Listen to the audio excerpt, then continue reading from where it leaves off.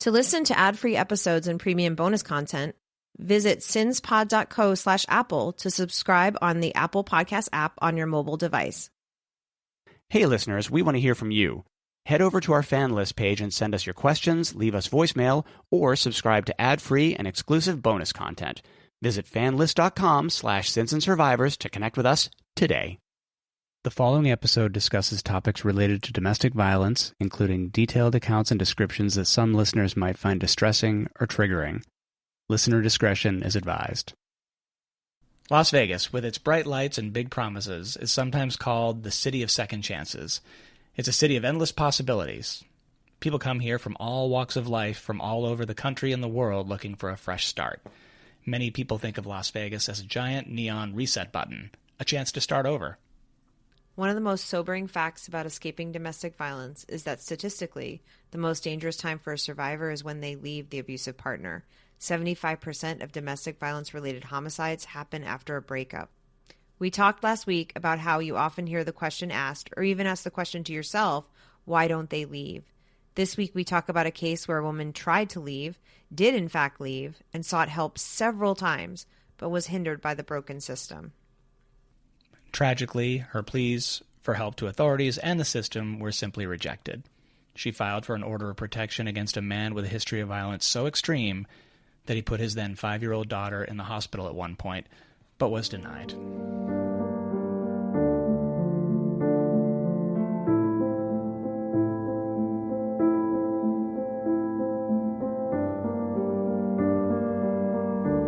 Welcome back to Sins and Survivors, a Las Vegas true crime podcast with a focus on the complexities of domestic violence. I'm Sean, and with me, as always, is the one and only John.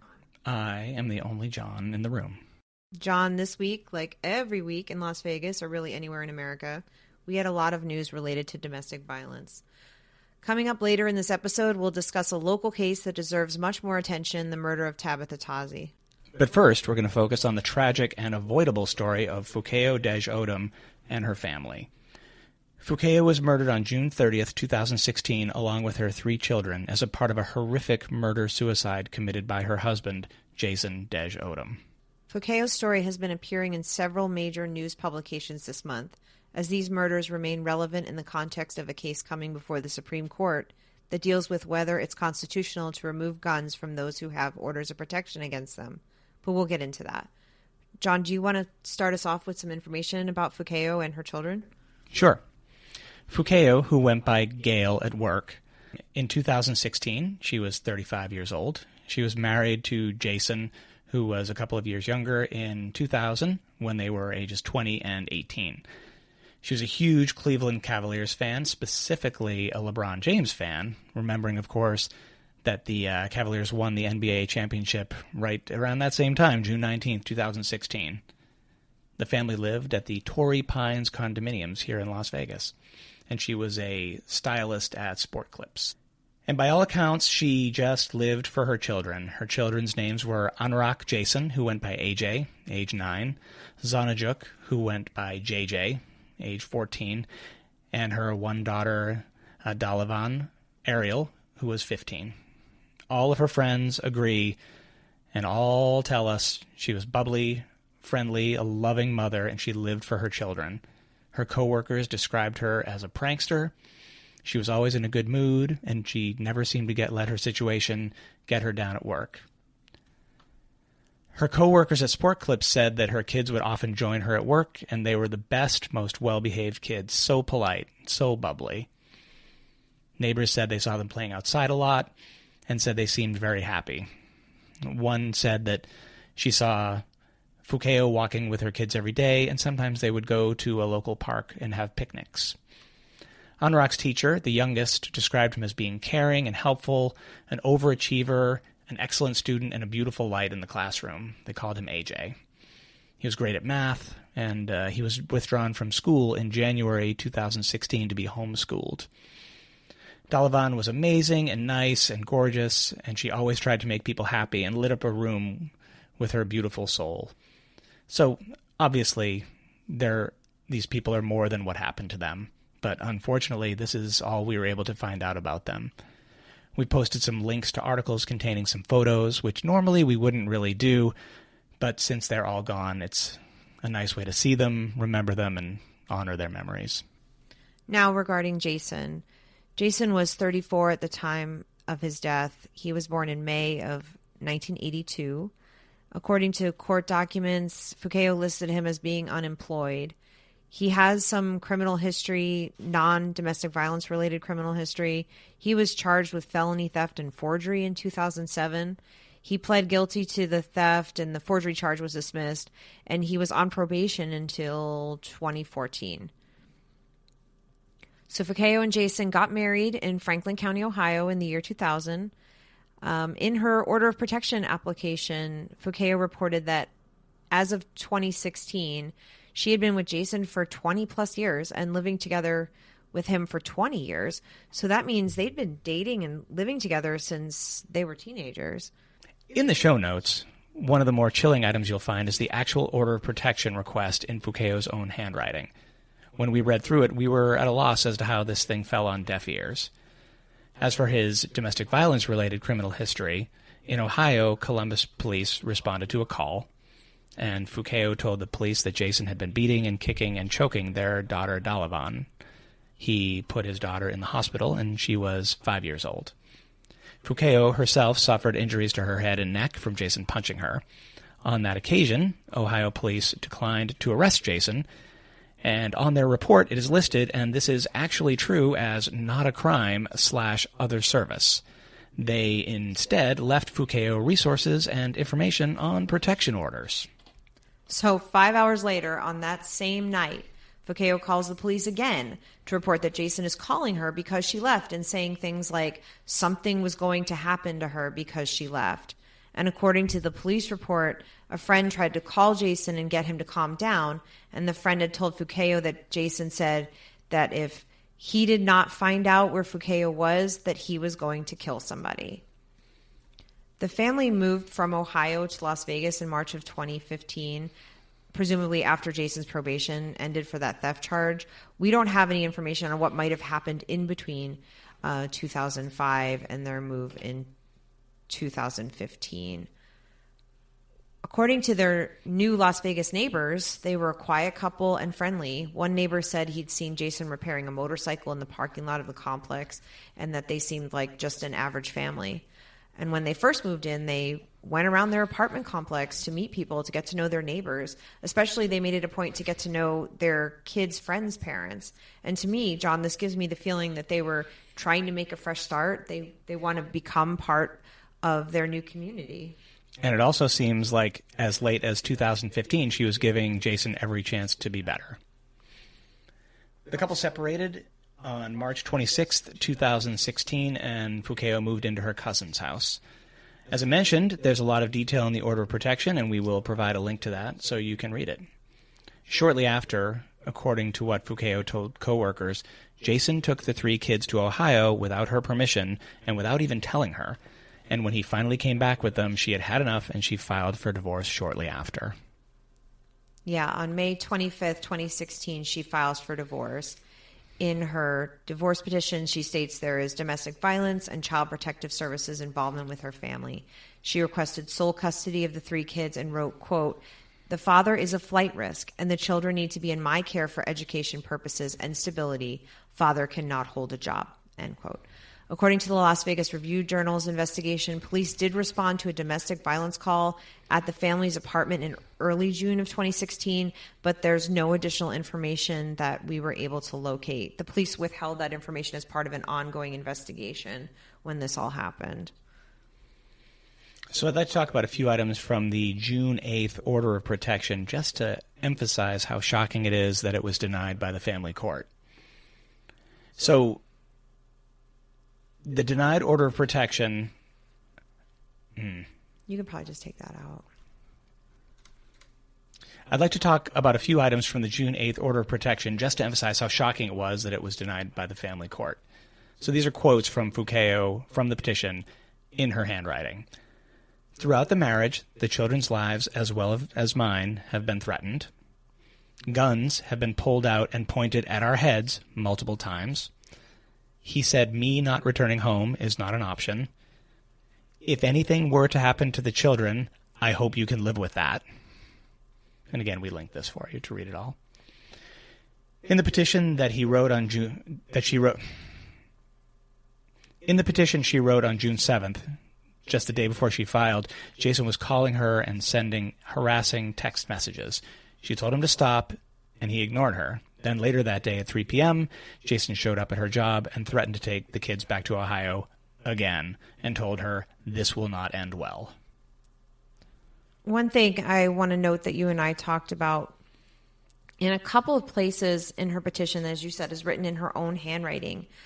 It looks to me like there are two different people writing on her order of protection petition, which means to me that she had someone's assistance and support in filing it. There's a couple like clarifying notes made as part of the petition.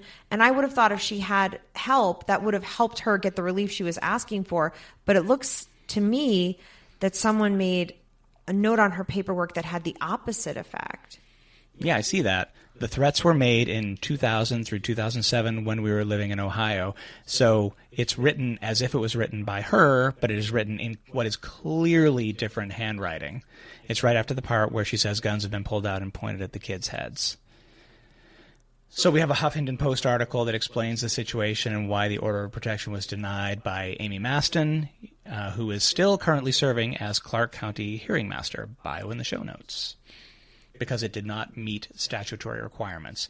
I will say that I am not qualified to evaluate whether it met statutory requirements, but you will talk about that more in a bit. The reason given was that because Phoukeo referenced situations in Ohio many years ago between 2000 and 2007 involving the father and guns, but nothing had occurred recently in Las Vegas. So I think that points directly to the fact that Amy Maston looked at that report, saw that the threats were made in 2000 to 2007, and based on that, she decided it did not meet the statutory requirements, which it seems like is the reason that the order of protection was denied. Yeah, for me, something is not adding up here. You think? It's not clear. I'm going to do this part again. Yeah, it's not clear why it wouldn't meet the statutory requirements for a few minutes. I know. I'm going too fast. Yeah, it's not clear why it wouldn't have met the statutory requirements. I know I'll go into this in more detail, but this protection order request, this was one that's in effect only for 45 days. And under Nevada law, the other party doesn't even need to be there to get that order because it's supposed to be about safety. So under Nevada law, harassment and threats are included in the definition of domestic violence, and Phoukeo does allege events that just happened just the day prior. So she files on June 8th. On June 7th, he's coming to her work, he's threatening her, and all of that happened in Las Vegas. And the hearing master could have asked for a hearing if she felt that there were unanswered questions. And I know we have hindsight here, but in the cases of violence, victims need options. And it's not clear to me what harm would have come to Jason if her request was granted. I don't understand. I don't understand what the downside is to granting this order of protection. And I know that people are going to say that a piece of paper is not going to protect this woman from her husband, but having it is better than not having it. Maybe it wouldn't make a difference, but maybe it would have. And it gets a little bit worse.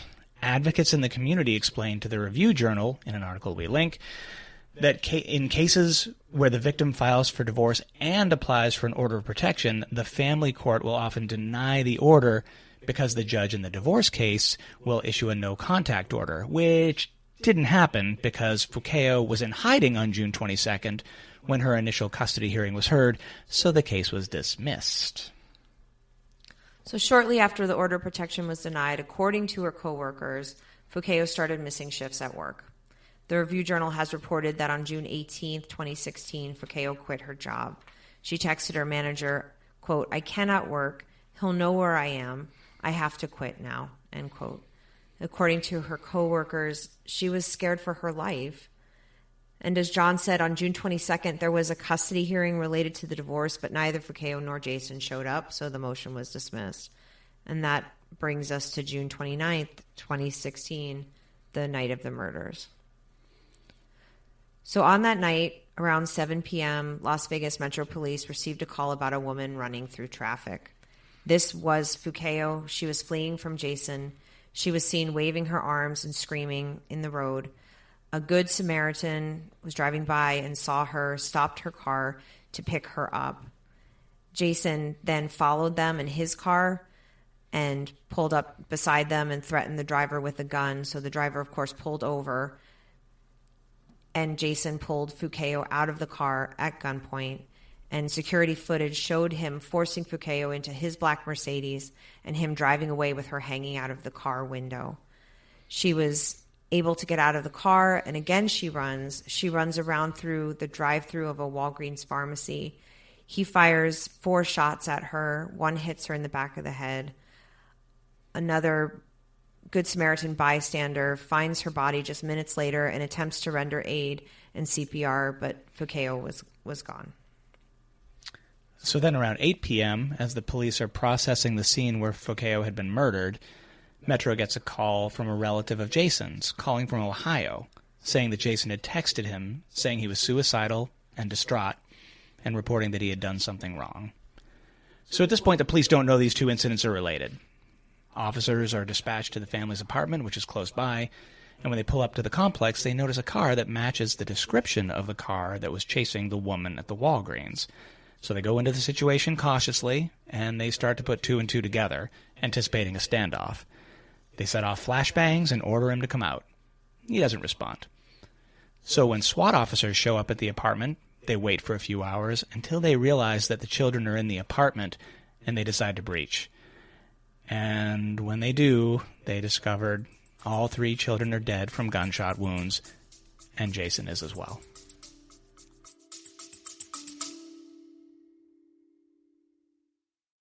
Hi, it's Sean from Sins and Survivors, joined by the one and only John. I am the only John in this advertisement. Starting a podcast? Buzzsprout makes it simple.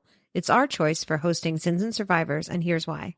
Buzzsprout is user-friendly and perfect for beginners or pros. It offers essential features like easy integration with major platforms like Apple and Spotify podcasts, a customized web page, and insightful statistics to track your growth. What sets Buzzsprout apart? Advanced tools like Magic Mastering for audio quality, an AI assistant for social media and transcripts, and monetization options, including personalized ads. Start for free today. Visit sinspod.co/buzzsprout to get your podcast live and share your story with the world.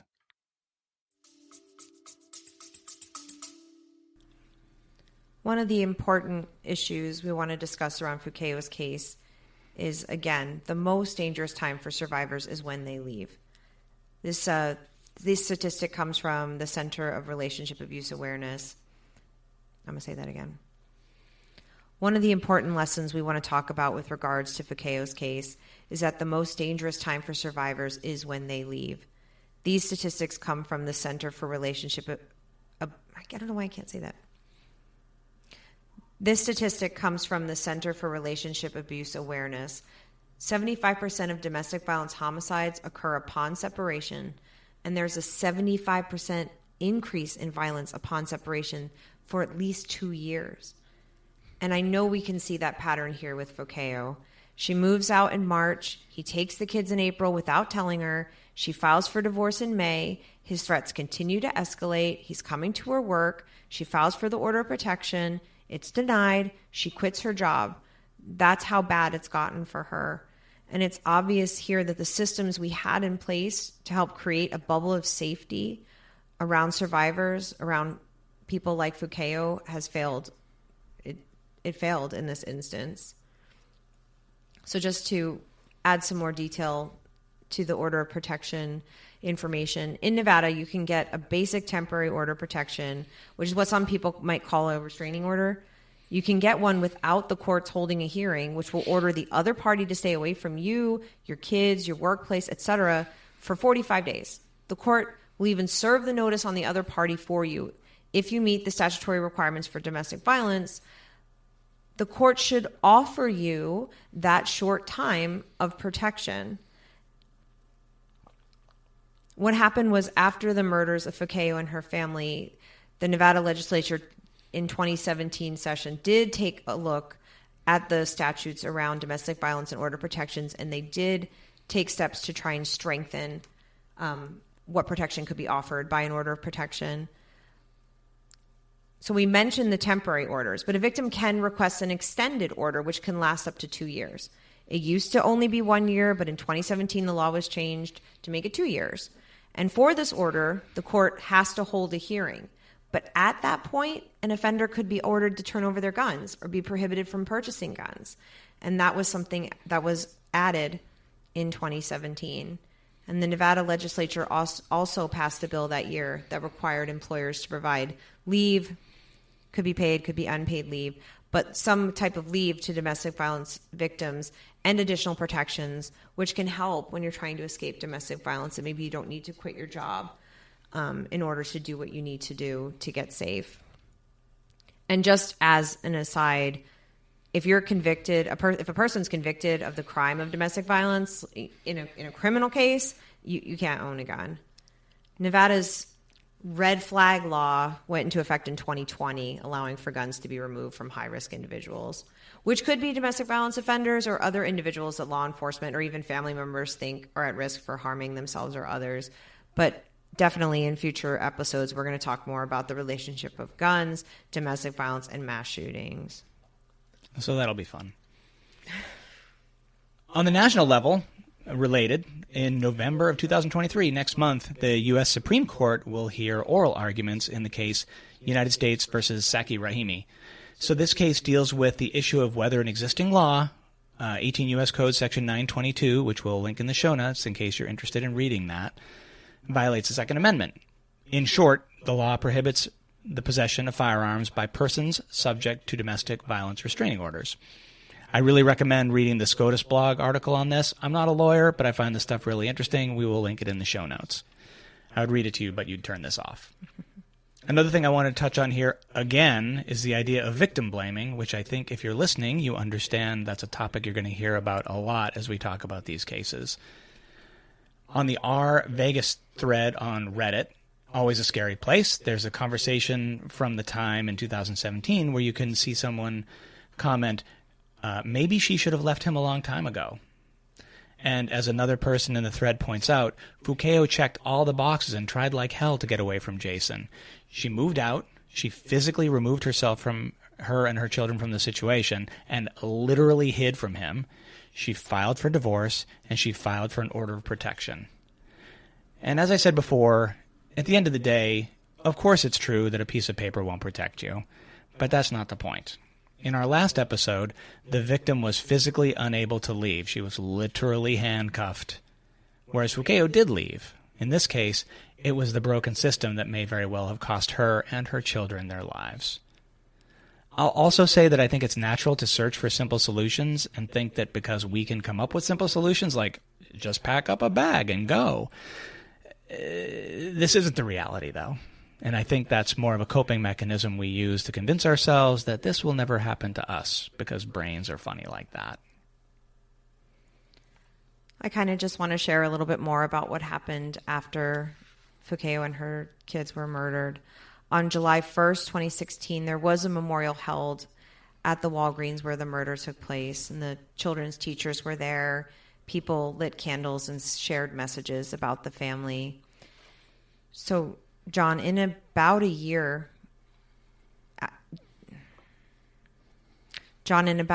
after the family first moved to Las Vegas, they were killed. And their extended families are in Ohio and Texas. And according to the GoFundMe that was posted after the murders, the plan was to bring the family home to Ohio for burial. The GoFundMe, of course, now is closed, and there are no updates. But at the memorial, the Review-Journal reported that, quote, men, women, and children of all ages and races helped each other light memorial candles, end quote. So in the short time that they lived here in Las Vegas, it's clear they made an impression on so many people, their teachers, their coworkers, and their neighbors. I hate it here some days. We did an extensive search, and we could not find any obituaries for Phoukeo or the children, but we know that they had many family members and friends who loved them dearly. What is interesting, something interesting that I want to share is that the story of what happened to them is memorialized in the official United States congressional record. Phoukeo and her children's murders were included in a statement made on the House floor by Congresswoman Jackie Speer of California on July 7th, 2016. Phoukeo and her children's murders occurred about 2 weeks after the Pulse nightclub mass shooting in Orlando, which happened on June 12, 2016. So Congresswoman Spears spoke on the floor of the House that morning to honor lives lost to gun violence in the month of June 2016. Phoukeo and her children were included along with 47 other victims of gun violence that were lost that month, in addition to the 49 lives lost at the Pulse nightclub. So then on March 14th, 2018, on the floor of the Senate, Nevada Senator Catherine Cortez Masto made a statement on the issue of gun violence. She stated that over the past 5 years, Nevada has lost an average of 10 kids a year to gun violence. She read a list of 50 names of children lost to gun violence in Nevada, and Phoukeo's 3 children were included. This was on the day when students all over the country did walkouts to protest gun violence. I remember that well. 1 month after the shooting at Stoneman Douglas High School in Parkland, Florida. This summer was 7 years since the family was murdered, and I have mixed feelings about this, but Phoukeo and her story continue to be used as an example of how we can do better as a society and improve our systems to protect victims and their children. And this case comes up very often in the national media regarding domestic violence and gun violence. I wish we had fewer examples of literally the exact same fact patterns. So next week, we're going to cover the Tabitha Tozzi case. Earlier this week, Tabitha's family and friends held a peaceful protest on what was the 6-month anniversary of her murder. Tabitha was shot and killed on April 22nd of this year. A warrant has been issued for her boyfriend, Oswaldo Nathaniel Perez Sanchez, but he has yet to be apprehended. Police believe that he shot Tabitha during an argument in front of their house on Legger Drive, which is near Cimarron. Police believe that he shot Tabitha during an argument in front of a house on Legger Drive, which is near Cimarron and Alta in Las Vegas. A $10,000 reward is offered for any information leading to Perez Sanchez's arrest. Tabitha's mother, family, and loved ones are seeking justice and asking anyone with information to come forward. They are also demanding that the Las Vegas Metropolitan Police Department provide an update on the status of the case and what efforts have been made to locate and arrest Perez Sanchez. Also, her family and friends mentioned that as part of the protest they held on October 22nd, that they wish to draw attention to gun violence and the murder of women and girls by men, which relates to Phoukeo's case and sadly to many others. So keep an eye on our social media this week because we'll be posting Perez Sanchez's wanted poster and description, and we will cover Tabitha's case fully in the next episode. And it's important to note that when we post Perez Sanchez's wanted poster, sharing that, it may seem like something that's unimportant, but in fact, the more widely we can get that wanted poster shared, the more likely it is that someone's eyeballs who have seen him recently will let the police know where he is so he can be apprehended for this murder. So with that, thanks for listening and reminder to subscribe. Reminder to subscribe and follow Sins and Survivors because what happens here happens everywhere.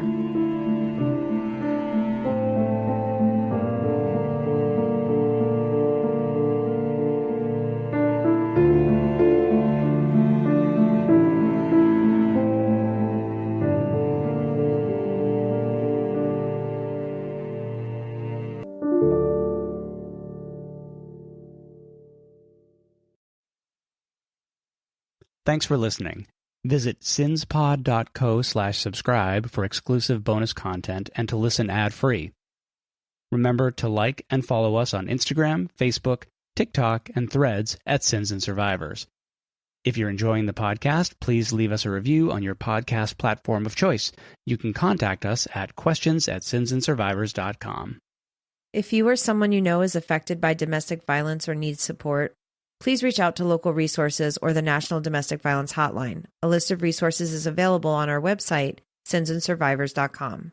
Sins and Survivors, a Las Vegas true crime podcast, is researched, written, and produced by your hosts, Sean and John. The information shared in this podcast is accurate at the time of recording. If you have questions, concerns, or corrections, please email us. Links to source material for this episode can be found on our website, sinsandsurvivors.com. The views and opinions expressed in this podcast are solely those of the podcast creators, hosts, and their guests. All individuals are innocent until proven guilty. This content does not constitute legal advice. Listeners are encouraged to consult with legal professionals for guidance.